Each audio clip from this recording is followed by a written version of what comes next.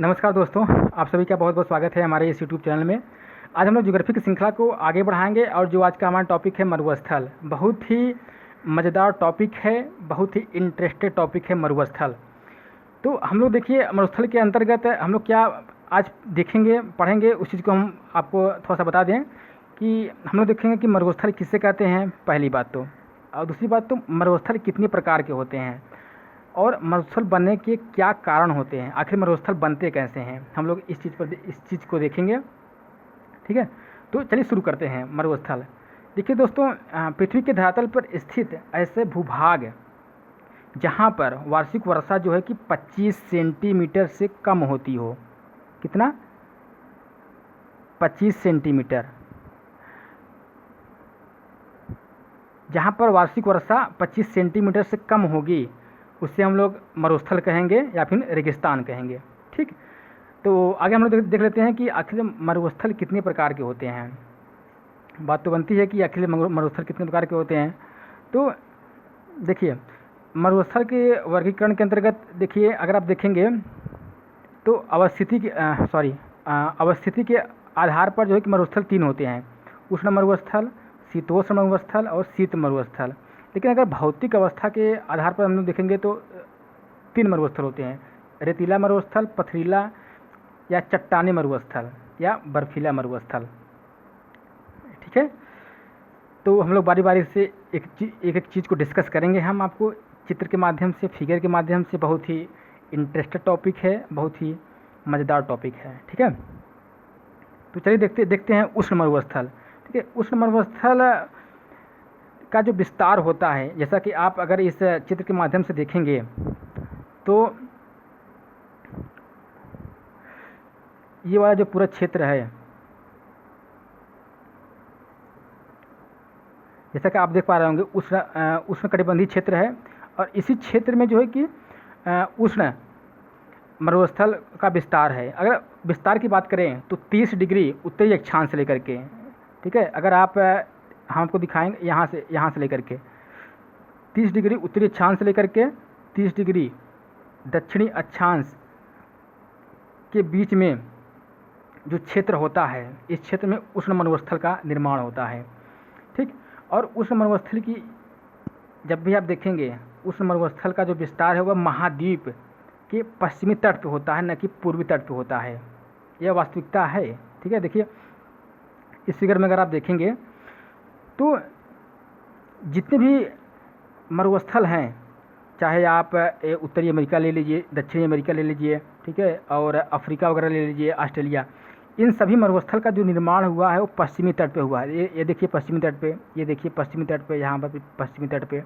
ठीक है, और पश्चिमी तट पर ही केवल निर्माण हुआ है। इसके बहुत सारे कारण हैं, अभी हम आगे आपको डिस्कस करेंगे कि आखिर जो उष्ण मरुस्थल का जो निर्माण होता है वो पश्चिमी महाद्वीप के पश्चिमी तट पर ही क्यों होता है। ठीक है, क्योंकि जो व्यापारिक पौने होती हैं वो पूर्व से पश्चिम की ओर चलती हैं। तो अभी हम आपको आगे डिस्कस करेंगे ऐसा क्यों होता है। ठीक है, उष्ण मरुस्थल ये हुआ। और हम लोग दूसरे की बात करें तो शीतोष्ण मरुस्थल। ठीक है, शीतोष्ण मरुस्थल क्या होता है? देखिए शीतोष्ण मरुस्थल के अंतर्गत ये वाला जो भाग है, मतलब कि 30 डिग्री उत्तरी अक्षांश लेकर के 66.5 डिग्री उत्तरी अक्षांश और 30 डिग्री दक्षिणी अक्षांश लेकर के 66.5 डिग्री दक्षिणी अक्षांश के बीच में शीतोष्ण मरुस्थल का निर्माण होता है। और इन मरुस्थल का जो निर्माण होता है वो महाद्वीप के आंतरिक भाग में होता है। ठीक है, महाद्वीप के आंतरिक भाग में और समुद्र से काफ़ी दूर पर होता है। ठीक है, ऐसा क्यों होता है? क्योंकि वृष्टि छाया प्रदेश की स्थिति के कारण तथा समुद्र से दूर होने के कारण जो आर्द्रता युक्त जो पौने होती हैं, जो मानसून होता है वहाँ तक पहुँच नहीं पाता। ठीक है, इसलिए इस प्रकार के मरुस्थल का निर्माण होता है। ठीक है, जो तीसरा है मरुस्थल वह शीत मरुस्थल। संसार के जितने भी ध्रुवीय प्रदेश हैं, ठीक है, जैसे उत्तरी ध्रुव के आसपास का क्षेत्र और दक्षिण ध्रुव के आसपास वाला क्षेत्र, यहाँ पर शीत मरुस्थल का निर्माण होता है। अकल देखिए दोस्तों, होता क्या है, मान लीजिए यहाँ पे सूर्य है, ठीक है, सूर्य की जो किरणें होती है वह उत्तरी गोलार्ध तथा दक्षिणी गोलार्ध पर एकदम तिरछी पड़ती है, ना कि बराबर। यहाँ पर सूर्य की किरणें बहुत कम पड़ती हैं, जिसके कारण यहाँ पर गर्मी बहुत कम होती है। जब गर्मी कम होगी तो यहाँ का जो तापमान बहुत कम होगा। तापमान जब कम होगा तो वहाँ की वाष्पन क्रिया की दर बहुत कम होगी, बादलों का निर्माण नहीं होगा। वहाँ पर क्या होगा, बारिश हो ही नहीं पाएगी। इसलिए वहाँ पर जो है कि मरुस्थल का निर्माण हो जाता है, जिसे शीत मरुस्थल कहते हैं। ठीक, चीज़ें क्लियर हुई? आशा करते हैं कि आपको अच्छे समझ में आई होंगी ये सब चीज़ें। चलिए नेक्स्ट चलते हैं। तो ये जो इस फिगर में जो आप येलो देख रहे हैं, पीले कलर का, ये सब मरुस्थल हैं। इसकी लोकेशन दिखाई गई है इस फिगर के माध्यम से। ठीक है, चलते हैं।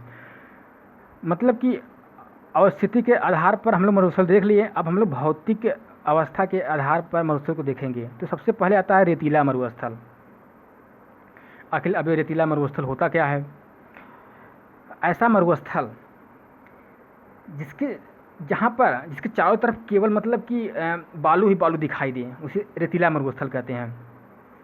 ठीक है, जैसे और इस मरुस्थल जैसे थार का रेगिस्तान हुआ, जो अपने अगर आप भारत में देखेंगे, और भारत और पाकिस्तान में कि बॉर्डर पे क्या फैला हुआ है पूरा थार का रेगिस्तान, ये रेतीला मरुस्थल का उदाहरण है। और जो रेतीला मरुस्थल होता है, यहाँ का जो दिन का तापमान होता है बहुत अधिक हो जाता है, और रात में देखेंगे तो तापमान एकदम गिर जाता है, बहुत ही ठंडा हो जाता है यहाँ का तापमान। जस्ट उल्टा होता है। क्यों?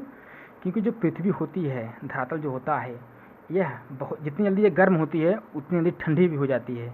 जबकि जल में ऐसा नहीं है, जल बहुत देर में गर्म होता है और बहुत देर में ठंडा होता है।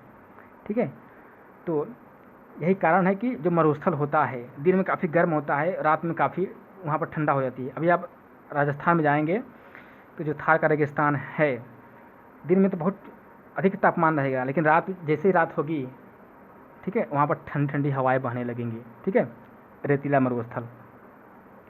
और इस मरुस्थल में जो रेगिस्तानी जो कटीली झाड़ियाँ होती हैं, पौधे यहाँ पर जैसे मतलब कि उगते हैं। जैसे आप ये वाला देख रहे हैं, ये है खिजड़ी का वृक्ष है, ये मरुस्थल में उगता है। और ये भी कटीली झाड़ियाँ हैं, ये सब उगती हैं। और इस नागफनी वगैरह, कैप्टस, ये सब जो भी मरुस्थल झाड़ियाँ हैं वो सब यहीं पर उगती हैं। और यहाँ पर और इसी मरुस्थल में देखेंगे तो विशेष प्रकार का जीव जंतु भी पाए जाते हैं, जो कि जिस कलर का मतलब कि देखेंगे ना, जिस कलर का मरुस्थल होता है उसी कलर के ये जीव भी होते हैं, मतलब ब्राउन ब्राउन कलर के, पीले पीले कलर के। ठीक है, जब कोई भी अन्य जीव आता है तो आते समय वह मतलब छिपे रहते हैं इसी बालू में, और तुरंत ये अटैक करके उसका भक्षण कर लेते हैं, उसको खा जाते हैं। बहुत ही खतरनाक जोन होता है ये मरुस्थल वाला, जहाँ पर बहुत ही विषैले सर्प होते हैं और सब छिपे रहते हैं बालू में। ये जो है कि दिन के समय अंदर छिपे होते हैं, और जब रात होती है तभी बाहर निकलते हैं। रात के समय ये लोग बाहर निकलते हैं। ठीक है, और ये देख रहे हैं ना, जो आपको देख रहे हैं, ये देखिए बालू के अंदर छिपा हुआ है। और यहाँ पर बिच्छू भी पाए जाते हैं इस मरुस्थल में, बहुत ही विषैले डंक वाले बिच्छू वगैरह। सांप भी देखें, जहरीले सांप भी पाए जाते हैं। देखिए कोबरा टाइप में जो भी है, सांप भी पाए जाते हैं। ठीक है, ये सब चीज़ें हुई। एक प्रश्न और बनता है कि मरुद्यान, आखिर मरुद्यान होता क्या है? देखिए, रेगिस्तान के अंदर एक ऐसा भूभाग जहाँ पर जल की सुलभता हो, जहाँ पर हरियाली हो, उसे मरुद्यान कहेंगे। ठीक है, जैसे आप इस फिगर समझेंगे, इस फिगर में आप देखेंगे तो इसके चारों तरफ, ठीक है, इस वाले क्षेत्र में देखेंगे तो पूरा मरुस्थल है। ठीक है, पूरा मरुस्थल है, लेकिन बीच में एक गड्ढे सा बना हुआ, झील सा बना हुआ है, जो कि जल है, पानी है, और इसके चारों तरफ हरियाली है। ठीक है, जो जहाँ मरुस्थल में जो ऐसा क्षेत्र पाया जाएगा उसे मरुद्यान कहा जाएगा। ठीक है, ठीक है। और जो हम लोग मतलब कि रेतीला मरुस्थल देख लिए, हम लोग देखते हैं पथरीला मरुस्थल। पथरीला या चट्टानी मरुस्थल क्या होता है? ऐसा मरुस्थल जहाँ पर चारों तरफ केवल पत्थर ही पत्थर दिखाई देते हों, ऐसे मरुस्थल को पथरीला मरुस्थल कहते हैं। ठीक है, आप इस फिगर के माध्यम से अगर आप देखेंगे तो ये देखिए पथरीला मरुस्थल है, चारों तरफ क्या है, पत्थर ही पत्थर दिख रहे हैं। ठीक है, एक और एग्जांपल देखते हैं, ये क्या है, ये पथरीला मरुस्थल है। ठीक है, ये सब हुए। और हमने जो कि पथरीला मरुस्थल बताया, और बर्फीला मरुस्थल, ठीक है। जो बर्फीला मरुस्थल होता है इसका जो निर्माण होता है यह शीतोष्ण कटिबंधीय क्षेत्र तथा ध्रुवीय क्षेत्र में इसका निर्माण होता है बर्फीले मरुस्थल का, क्योंकि यहाँ पर सूर्य किरणें बहुत ही कम पड़ पाती हैं, जैसा कि हमने पहले आपको बताया। ठीक है, शीत मरुस्थल मतलब क्या है, बर्फीला मरुस्थल। यहाँ पर तापमान कम होता है, बारिश नहीं हो पाती, और फिर यहाँ पर क्या होता है, मरुस्थल का निर्माण होता है। ये देखिए, ये शीत मरुस्थल या फिर बर्फीला मरुस्थल है, चारों तरफ बर्फ़ ही बर्फ़ है, यहाँ पर बारिश नहीं होती, इसे कहते हैं बर्फीला मरुस्थल। ठीक है, ये सब चीज़ें हुई। अब हम लोग आगे डिस्कस कर लेते हैं कि आखिर मरुस्थल बनने के प्रमुख कारण क्या क्या क्या हैं, आखिर मरुस्थल बनते कैसे हैं। आपके मन में भी ये विचार आता होगा कि आखिर मरुस्थल, आपके मन में सोचते होंगे कि आखिर मरुस्थल बनता कैसे है। इसके देखिए 4-5 कारण हैं। वृष्ट छाया प्रदेश की उपस्थिति, समुद्री जलधाराओं का प्रभाव, व्यापारिक पवनों का प्रभाव, समुद्र तटीय क्षेत्र का उत्थान और तीव्रगामी वायुधाराओं के प्रभाव से लोहेस का निर्माण। तो हम लोग पहला डिस्कस करेंगे कि वृष्ट छाया प्रदेश की उपस्थिति। आखिर हम लोग कक्षा 7 या 8 में हम लोग पढ़े थे कि वृष्ट छाया प्रदेश क्या होता है, लेकिन उसमें हम लोग उतना केयर नहीं कर पाते थे, लेकिन अब हम लोग केयर करनी पड़ती है, क्योंकि सरकारी नौकरी लेनी है, जॉब करनी है। उस समय तो ये था नहीं कि हमें कोई सरकारी नौकरी लेनी है, बस फिर पढ़नी है। ठीक है, तो हम लोग देखते हैं कि वृष्ट छाया प्रदेश, ये देखिए, वृष्ट छाया प्रदेश पर्वत का एक ऐसा क्षेत्र होता है जिसके एक तरफ जो मानसूनी नमी युक्त जो पवनें होती हैं, ठीक है, पवनें इस तरफ से ऐसे ही आएंगी। ठीक है, इसको अगर हम और बोल्ड कर देते हैं, ठीक है, पवनें इस तरह से आएंगी और पर्वतों के सहारे जो है कि ऊपर उठ जाएंगे। ठीक है, ऊपर उठ के ये जो दिख रहे हैं ना, ये बादल का निर्माण कर देंगी, और बादल का निर्माण कर देंगी, संघनित होकर जब बादल का निर्माण हो जाएगा तो बारिश जो है कि वहीं पर हो जाएगी। मतलब इसके नीचे जो है कि क्या, यहाँ पर बारिश हो जाएगी। आप नीचे देख रहे होंगे तो हरियाली हरियाली है, तो यहाँ पर बारिश हो जाएगी। और जो पर्वत का दूसरा हिस्सा है, मतलब ये वाला हिस्सा, जो ये वाला हिस्सा है, इस वाले हिस्से में जो है कि जो बादल है पहुँच नहीं पाता, बारिश नहीं हो पाती, इसलिए यहाँ पर जो है कि मरुस्थल का निर्माण हो जाता है। ठीक है, एक बार फिर से समझेंगे कि पर्वत के जो बाएं वाला हिस्सा है, जब नमी युक्त जब पवनें चलेंगी तो ऊपर उठ जाएंगे, ऊपर उठ के वहीं बादल का निर्माण कर देंगी, संघनित होकर के वहीं वर्षा कर देंगी। तो पर्वत के एक साइड में बारिश तो होती है, बहुत ज़्यादा घनाघोर बारिश होती है, लेकिन पर्वत के दूसरे साइड में जब सूखा पड़ा रहता है, वहाँ पर बादल, वहाँ पर जो कि आर्द्रता युक्त पवनें पहुँच नहीं पाती हैं, बादल वहाँ का निर्माण हो नहीं पाता है, वहाँ बारिश हो नहीं पाती है, वहाँ पर हमेशा क्या होती है, सूखा पड़ा रहता है, और वहाँ पर ऐसे स्थिति में मरुस्थल या रेगिस्तान का निर्माण होता है, जिसे वृष्ट छाया प्रदेश कहते हैं। मतलब वृष्ट छाया प्रदेश क्या है, पर्वत के आड़ वाला क्षेत्र जहाँ पर बारिश न होती हो, उससे वृष्ट छाया प्रदेश कहते हैं। ठीक है, चलिए, ये हुआ, इस तरीके से मरुस्थल का निर्माण होता है। दूसरा अगर हम देखेंगे तो समुद्री जलधाराओं का प्रभाव। देखिए, समुद्री जलधाराएं भी होती हैं, ठंडी जलधाराएं और गर्म जलधाराएं होती हैं। ठीक है, 2 प्रकार की जलधाराएं होती हैं। जैसे अगर जब ठंडी जलधाराएं किसी महाद्वीप के समुद्री तट से टकराती हैं तो यहाँ का जो तापमान होती है वो गिरा देती हैं, और जब गिरा देंगे तापमान वहाँ का जो वातावरण होगा काफ़ी ठंडा हो जाएगा। जब ठंडा हो जाएगा वहाँ पर वाष्पन क्रिया क्या होगी, बहुत कम होगी, हो ही नहीं पाएगी।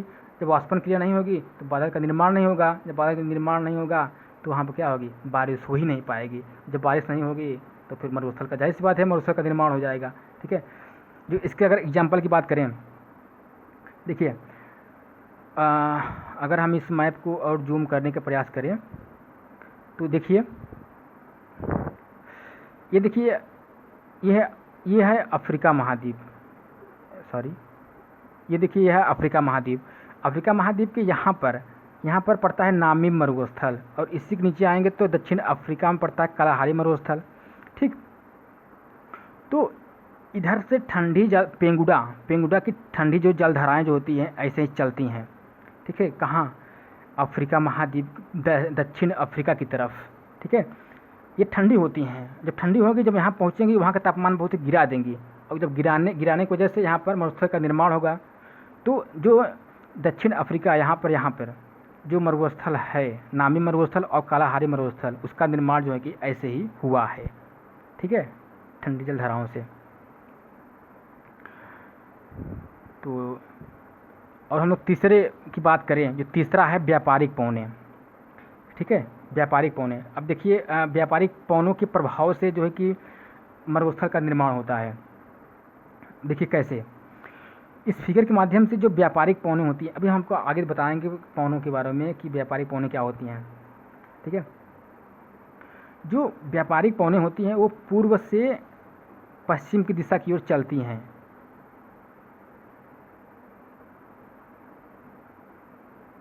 ठीक है। और ये वाला जो बेल्ट होता है, ये वाला, इसमें लो प्रेशर का होता है, ठीक है। कहाँ, 30 डिग्री उत्तरी अक्षांश से लेकर के 30 डिग्री दक्षिणी अक्षांश के बीच में, ठीक है। तो जो सॉरी इसको मिटाएंगे,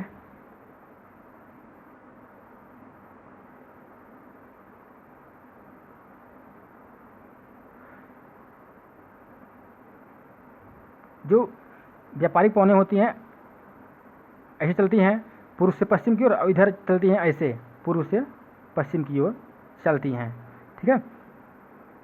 तो जो बीच वाला जो भाग होता है, यहाँ पर जो कि जब नमी युक्त चलती हैं पूर्व से पश्चिम की ओर, ठीक है, तो पूर्व महाद्वीप के पूर्वी तट पर तो पूरी तरीके से बारिश तो हो पाती है, लेकिन जो महाद्वीप का जो पश्चिमी तट है, यहाँ पर जो है कि बारिश नहीं हो पाती, बारिश का अभाव हो जाता है। यही कारण है कि सभी जो भी महाद्वीप हैं, जो मरुस्थल हैं, मैक्सिमम सभी लोगों का पश्चिमी तट पर जो है कि निर्माण हुआ है मरुस्थल का, ठीक है। इसका जो प्रमुख कारण है वह व्यापारिक पौनों के कारण हुआ है, ठीक, ये हुआ।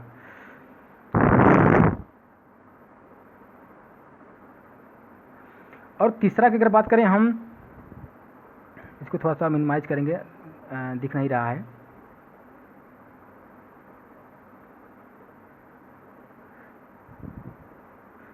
चलिए। जो तीसरा वाला है, सॉरी तीसरा तो हो गया व्यापारिक पौनों, चौथा समुद्र तटीय क्षेत्र का उत्थान।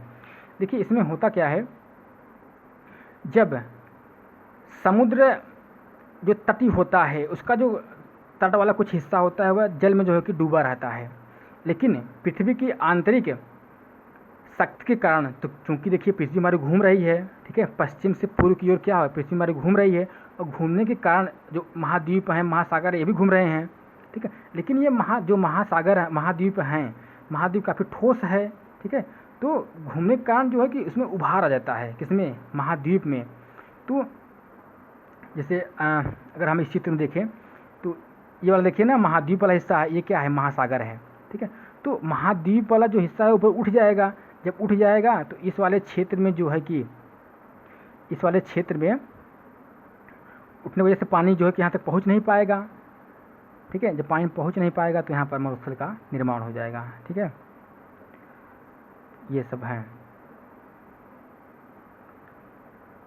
और जो पांचवा है, पांचवा अगर बात करें कि तीव्रगामी वायु धाराओं के प्रभाव से लोहेस का निर्माण, ठीक है। देखिए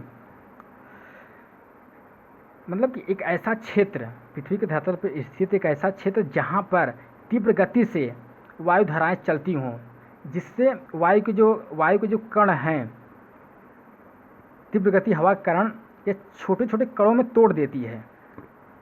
तोड़ने के बाद यह इन कणों को उड़ा ले जाती है और उड़ा के किसी दूसरे स्थान पर निक्षेपित कर देती है, वहाँ पर मतलब कि फैला देती है, जिसे लोयस कहा जाता है। जो चीन के दक्षिण पश्चिमी हिस्से में जो मरुस्थल का निर्माण हुआ है वो ऐसे ही हुआ है, ठीक है, तीव्रगामी वायु धाराओं के कारण जो कि लोयस का निर्माण हुआ है, ठीक है। तो ये सब चीज़ें हुई मरुस्थल के बनने का कारण, ठीक है। तो आज के लिए बस इतना ही। हम लोग नेक्स्ट वीडियो में देखेंगे कि विश्व के प्रमुख मरुस्थल कहाँ कहाँ पर स्थित हैं, कैसे कैसे, जैसे ग्रेट बेसिन मरुस्थल, सोरोनल और अटाकामा, पेंटागोनिया, ठीक है, नामीब और कालाहारी मरुस्थल, सहारा मरुस्थल जो कि विश्व का सबसे बड़ा मरुस्थल है, टकला मकान मरुस्थल, गोबी मरुस्थल, ठीक है, सिम्पसन, स्टुअर्ट, ग्रेट विक्टोरियन मरुस्थल, ठीक है। जितने भी मरुस्थल हैं हम लोग नेक्स्ट वीडियो में पढ़ेंगे, मैपिंग के माध्यम से एक एक चीज़ देख करके कहाँ कहाँ पर कौन कौन सी चीज़ें हैं, ठीक है। आपको हमारा वीडियो देखने के लिए बहुत बहुत धन्यवाद। अगर अच्छा लगा हो तो आप दोस्तों के साथ ज़रूर शेयर करें। आपका बहुत बहुत धन्यवाद।